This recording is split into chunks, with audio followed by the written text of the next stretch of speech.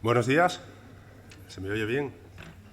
Bueno, muchas gracias a todas y a todos por la asistencia a estas jornadas. A mí me toca hacer la introducción, ¿eh? Tengo una media hora, espero no pasarme. De hecho, espero hacerlo en menos tiempo. Bueno, cuando empezamos a pensar en estas jornadas, lo que pensamos es que serían unas jornadas prácticas, donde se vean ejemplos en nuestra tierra de drenaje sostenible que algunos tenemos. Y además invitar a gente que lo hace bien y ha hecho mucho de esto para que nos cuente un poco sus experiencias, sobre todo también desde el punto de vista de operación y demás, ¿no? Cómo se lleva esto una vez que tú tienes los SUDs instalados y ya llevas un tiempo funcionando con ellos. La verdad es que echando la vista atrás, ya llevamos varias jornadas de este tipo, ¿eh? Ya empezamos en el año 2010 con unas jornadas que organizamos conjuntamente con la Mancomunidad de Pamplona, donde bueno, invitamos a Jeffrey, a Chris, un profesor de la Universidad de Abertay, y estuvo Sara Perales y ya, bueno, llevamos una trayectoria con esto. Seguimos en el año 2018 con unas jornadas muy intensas, fueron 3 días, donde se vieron diferentes aspectos legales, aspectos técnicos, y donde, bueno, también se habló sobre esta problemática. En plena pandemia hicimos también otra con formato online y posteriormente ya, bueno, no sé, ya en este año, 2023, en abril de este año, ya tuvimos un taller para presentar la guía de drenaje sostenible más en profundidad, con Sara Perales, que fue la que redactó la guía. Bien.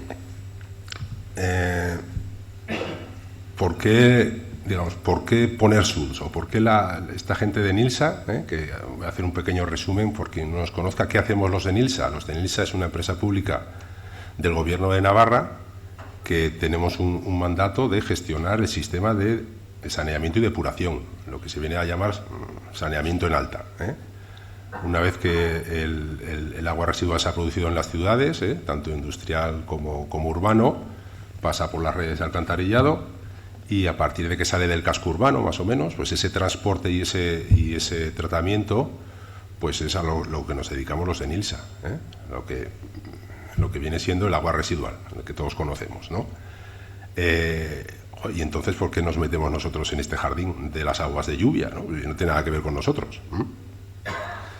Ya desde el año 2010, como digo, y desde antes, estábamos apostando por este tipo de sistemas, en un principio, bueno, pues como sufridores de las redes de alcantarillado, sufridores en el sentido de que tú tienes un caudal en tiempo seco, y el día que llueve, eso se multiplica por 6, 7, 8, 10, depende.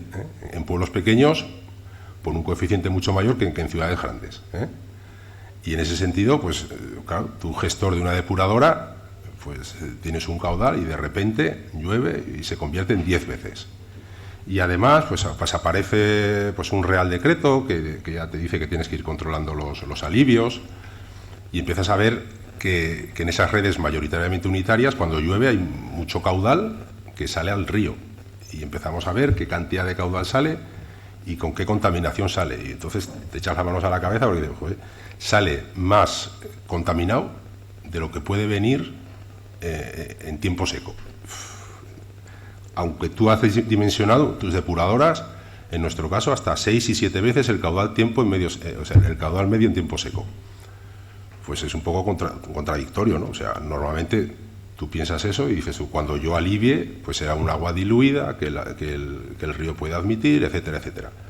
Pero vimos que había momentos que no era así, Y además ya la normativa pues te iba empujando a hacer, pues a ir mirando ese tipo de cosas, de alivios de sistemas unitarios, ¿no? Un poco con el discurso de por qué nosotros los de NILSA estamos aquí y por qué poner SUS, ¿no? Todo esto cambia con la aparición, por ejemplo, de la modificación del Reglamento de Dominio Público Hidráulico, que ha salido este año, aunque se lleva hablando de ella mucho tiempo aquí. Ángel sonríe porque está muy al tanto de todo esto. ¿Cuál ha sido el principal cambio? El principal cambio es que digamos, ya no se habla de un agua residual, la que todos entendemos lo que sale de nuestras casas, sino que se tiene una visión más amplia, una visión en el cual las aguas de escorrentía, las aguas que se generan cuando llueve, también se determina que es un vertido, es un caudal que está contaminado y que es necesario depurar o tratar o por lo menos gestionar. Evidentemente no tiene el mismo tipo de contaminación un alivio de una red unitaria que una salida de pluviales, pero lo que te dice realmente esta modificación del reglamento de dominio público hidráulico es que estudies tu red, tu sistema en su totalidad y que determines pues en qué condiciones tienes que gestionar esa red para que el río en el fondo pueda admitir ese vertido, ¿no? El vertido de tu depuradora, más el vertido de los aliviados si existen, más las salidas de pluviales, etcétera, etcétera. Con lo cual hay que tener una visión más amplia del problema, y en ese sentido pues ya todos estos sistemas de drenaje urbano sostenible, que además así se recogen en el reglamento, pues toman mucha importancia, no solamente ahí, sino también en otro documento que es muy importante y que está ahora en plena ebullición, lo que pongo ahí en la revisión de la Directiva Europea sobre tratamiento de aguas residuales, que, bueno, esa fecha del 16 de octubre del 23 ha salido uno de los documentos que en ese camino para la directiva final pues es fundamental, ¿no? Bueno, estos son como 3 elementos que se tienen que poner de acuerdo en Europa, el Consejo, la Comisión y el Parlamento, para que finalmente, con unos plazos que parece que será como primavera del año que viene, pues tengamos una nueva directiva de depuración. La directiva de depuración es la 91.271, aquella que, digamos, que nos obligó a los Estados miembros a tener depuradoras de agua residual para poblaciones menores, o sea, mayores de 2.000 habitantes. En 2000 eran para las mayores de 15.000, en 2005 para las mayores de 2.000, y con sistemas de saneamiento, digamos, a poner entre comillas, tradicionales, lo que todos entendemos que es agua residual. Esa misma directiva lo que ha hecho ahora es revisar todo ese concepto de agua residual y de contaminación en los ríos, e incluir fundamentalmente, bueno, además de otras muchas cosas, el tema de la escorrentía, del drenaje, de lo que, digamos, la contaminación que va asociada al agua que va drenando, que va apareciendo en superficie.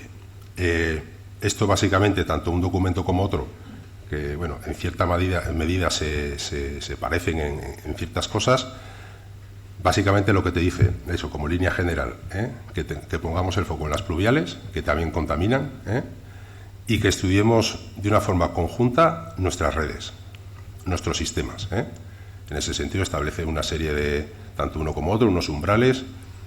En un caso, en el reglamento de dominio público hidráulico son 50.000 los habitantes en primera instancia, los que tienen que tener este estudio y decidir qué medidas se van a hacer pues para llegar a esos objetivos que dice la norma. En el caso de la directiva ya veremos lo que sale, pero bueno, se empieza a hablar de 100.000 habitantes en una primera instancia, y después ir bajando en esta normativa. Bien. Todo esto, bueno, se centra, y me gusta, vamos a aplicar este esquema, que es el que utilizó la directiva, pues para iniciar toda la modificación de la Directiva Europea de Depuración, donde en el centro se pone la depuradora, o lo que es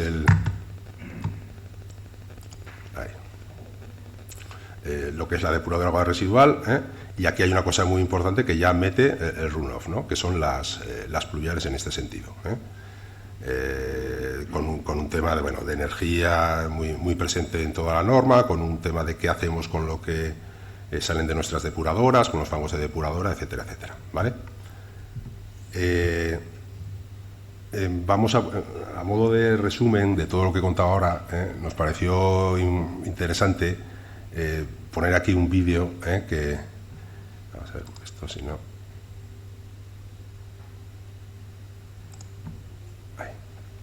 un vídeo que presentamos en el Congreso de AIES del año pasado, un paper que nos admitieron, donde explicábamos nuestro proyecto piloto en Tudela, todo lo que estamos haciendo y un poco estas reflexiones que os he ido contando ahora. Este vídeo dura como unos 5 o 6 minutos. El desarrollo del Plan de Saneamiento y Depuración en Navarra, que arrancó en el año 1989 con la creación de la empresa pública Nilsa, ha hecho que Navarra tenga resuelta la depuración de las aguas residuales municipales hasta poblaciones de 250 habitantes. Continuando con esta labor, nuestro objetivo es llegar en los próximos años a poblaciones de 100 habitantes con depuración biológica.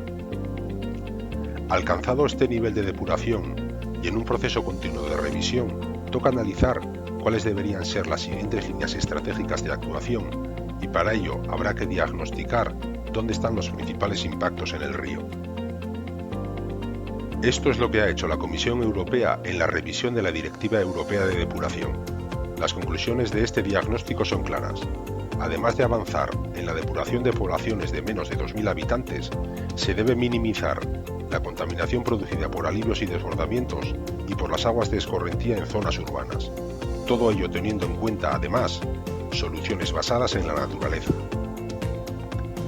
Indudablemente es en este punto donde el drenaje urbano sostenible adquiere todo el sentido, lo que nos ha hecho continuar profundizando en este campo. Dentro del proyecto LifeNadapta se presenta este proyecto piloto en el aparcamiento del campus de la UNA de Tudela. Con esta experiencia se pretende demostrar las numerosas ventajas de estos sistemas y su viabilidad para la gestión de la escorrentía urbana, reduciendo caudal de agua y carga contaminante, permitiendo la infiltración en el terreno del agua de escorrentía y protegiendo el sistema de saneamiento. El prototipo cuenta con diferentes sistemas de medición para llevar a cabo una monitorización exhaustiva del sistema. Los datos obtenidos se utilizarán para optimizar el diseño y dimensionamiento de futuros SUTs.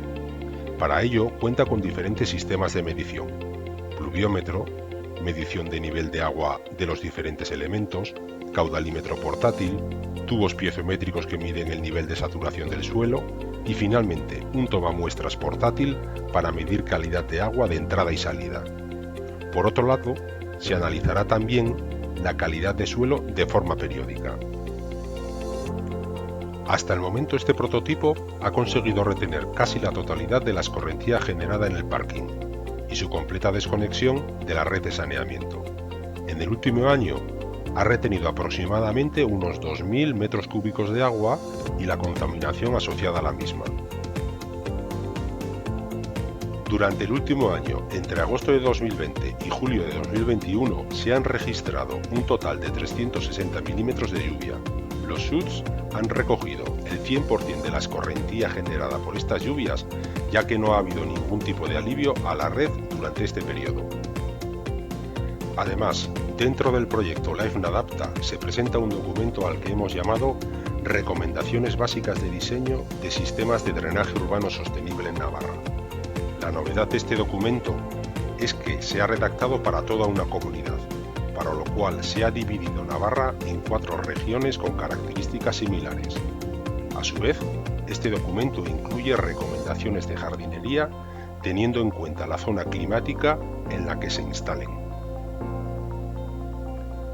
Se presentan las recomendaciones con criterios de diseño para la implementación del drenaje urbano sostenible en diferentes ámbitos: urbanización densa, edificación abierta, casas unifamiliares, áreas industriales, centros comerciales, red viaria, aparcamientos, parques, etc., tanto en nuevos desarrollos como en actuaciones de regeneración urbana.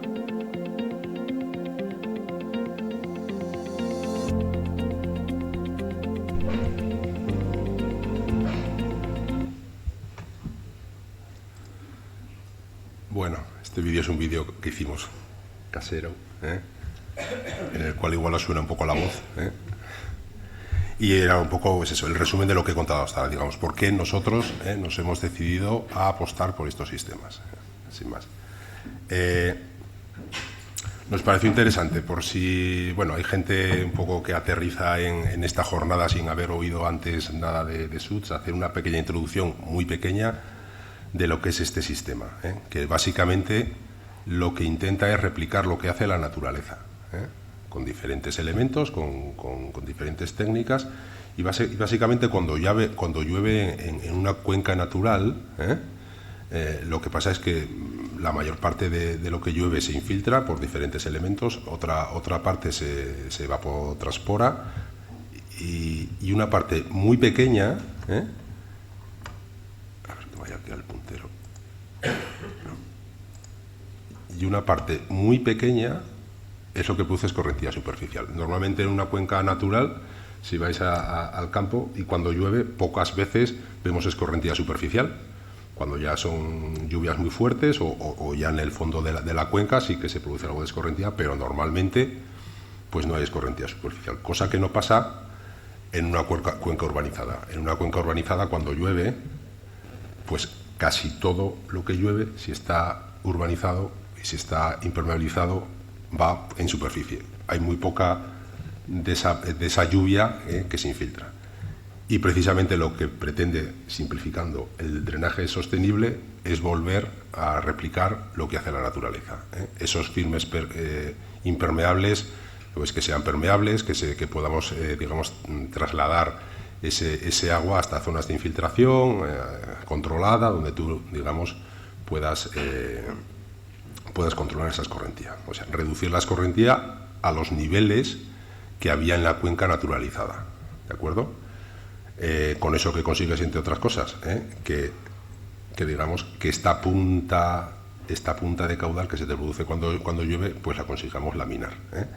Digamos, porque en una cuenca, como se ve aquí, naturalizada, la escorrentía pues tiene esta pinta, va muy laminada, y en una cuenca urbanizada pues se produce esta punta. ¿Cómo pasar de esta punta a esta? Pues con sistemas de drenaje sostenible. Básicamente, simplificando mucho, eso es el drenaje sostenible. Además de eso, tiene unas implicaciones de otro tipo, unas implicaciones sociales, unas implicaciones no solamente en la cantidad de agua que reducimos, sino en la calidad de agua.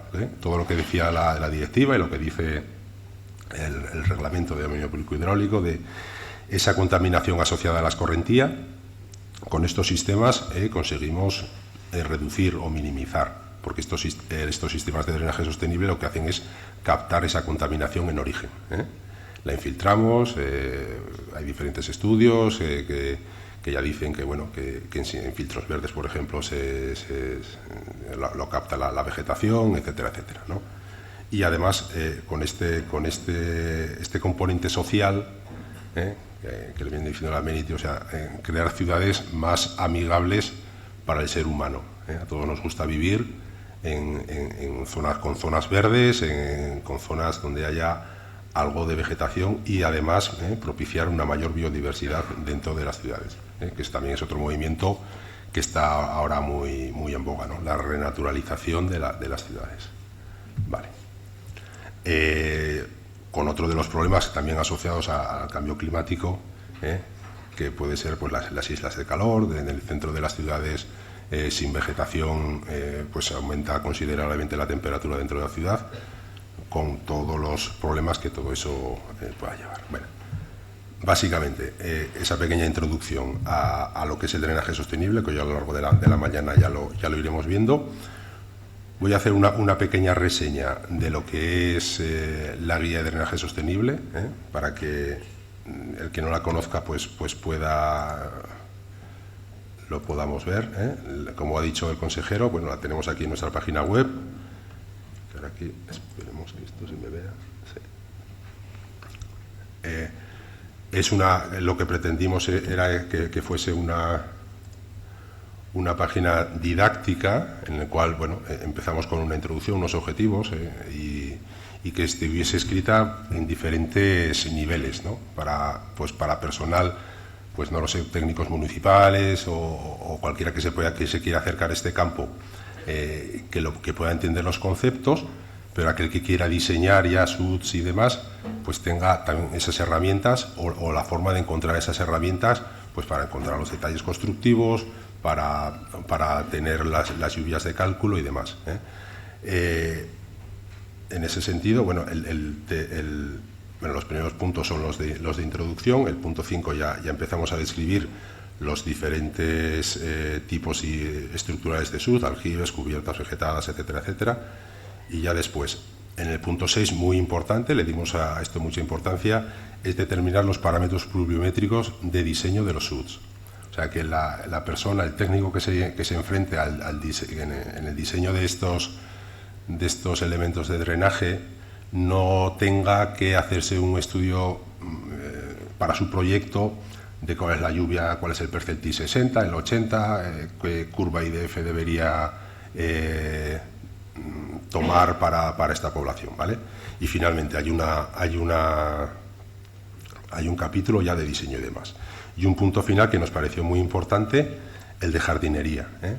Hay digamos, un catálogo de especies que se pueden utilizar para los diferentes elementos SUDs, dependiendo en qué zona de Navarra estemos, ¿eh? No es lo mismo, aquí hay mucha diferencia entre el norte verde, el norte y el sur de la ribera, ¿vale? Quería un poco, a ver, porque esto creo que si no, no va. Quería ir a ver, por ejemplo, un elemento, por ejemplo, el parterre inundable, ¿eh? Tenemos esta ficha, es una ficha muy sencilla, ¿de acuerdo? Donde si queremos profundizar más, como pone aquí, podemos ampliar información en cualquiera de estos documentos externos. Esto lo tenemos pues, para cualquiera de los elementos estructurales al forestal. Y entonces tú pinchando en cualquiera de estos enlaces, pues te vas digamos, a ese documento que es mucho más extenso, donde ya te habla pues eso, de todo, de secciones constructivas, de qué hacer, bueno, esas normas en concreto está la de San Francisco, que te puede guiar en ese sentido. Un segundo, porque creo que lo he cerrado. Otro punto importante, el tema de, como he dicho, los parámetros pluviométricos. Se dividió Navarra en varias zonas, en la presentación hemos dicho en 4, estamos en ese momento en redacción, finalmente fueron en más, y para cada zona se han determinado unos valores de esos parámetros de diseño, que se han centrado básicamente en determinar los percentiles de lluvia y las curvas IDF. Y todo eso lo hemos volcado en este portal IDENA, donde pinchando aquí nos lleva al portal con la capa precargada, de tal forma que aquí tú puedes buscar cualquier municipio, por ejemplo Murchante, sin más, así al azar, si funciona, que ahora no sé si va a funcionar.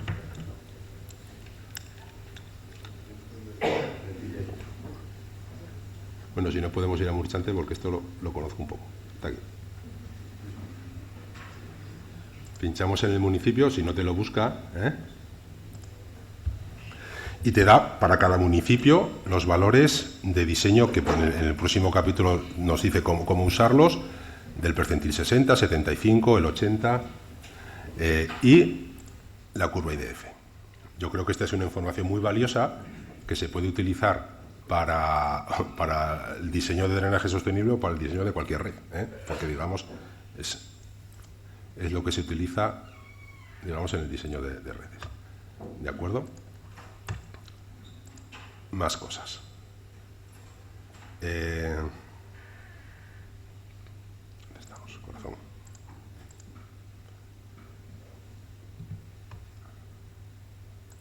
Me estoy haciendo un lío aquí. Vale. Y finalmente, bueno, la guía acaba con un... Creo que me debería ir ahí, no me hace ni caso, ahí. La guía acaba con el capítulo de diseño, donde, bueno, con un formato yo creo que sencillo, pues te dice cómo diseñar los SUDs, primero qué tipo de SUD elegir y posteriormente estos numeritos de lluvia y demás, cómo utilizarlos en el diseño, que eso básicamente nos lo dice al final, en este círculo, en este esquema de diseño. ¿Ves? Aquí de lo que te dice es qué tipo de elemento tienes que usar dependiendo qué tipo de urbanización tengas, urbanización densa, etcétera, etcétera. y un pequeño ejemplito de cálculo que viene aquí al final, si me deja. ¿Cómo sería el dimensionamiento? Cogemos los datos de partida, definimos los SUDs, definimos un volumen, si no encaja ese volumen se vuelve a repetir, y un ejemplo final. Y como digo, finalmente, el anejo de jardinería que nos pareció muy interesante. Vale. Para ir terminando, se hizo, en relación a los SUDs de Tudela, se hizo un concurso de carteles que se extendió a todos los estudiantes de la universidad pública, que están además aquí representados. Y bueno, este fueron el cartel ganador de Juan Esteban Zambrano, el de la izquierda, y el finalista. Esto es una forma de divulgar los SUDs, hacer pensar a gente que igual esto no lo ha oído en su vida, en un cartel, te obliga un poco a visualizar esto y a interiorizar lo que este sistema es, ¿vale? Y ya con esto acabo, el programa de hoy. Tenemos un bloque primero de experiencias en Navarra, después nos iremos a un descanso, a un café, y posteriormente hablaremos de todas las investigaciones que estamos haciendo con la Universidad de Navarra, con la Universidad Pública de Navarra, en el sentido de los SUDs, para continuar con las experiencias de Masesa en todo este campo. Y posteriormente, bueno, ya tendremos a la visita a los SUDs de la UNDA de Tudela y a la tarde pues a diferentes SUDs. ¿De acuerdo? Muchas gracias y bueno, continuamos con la jornada.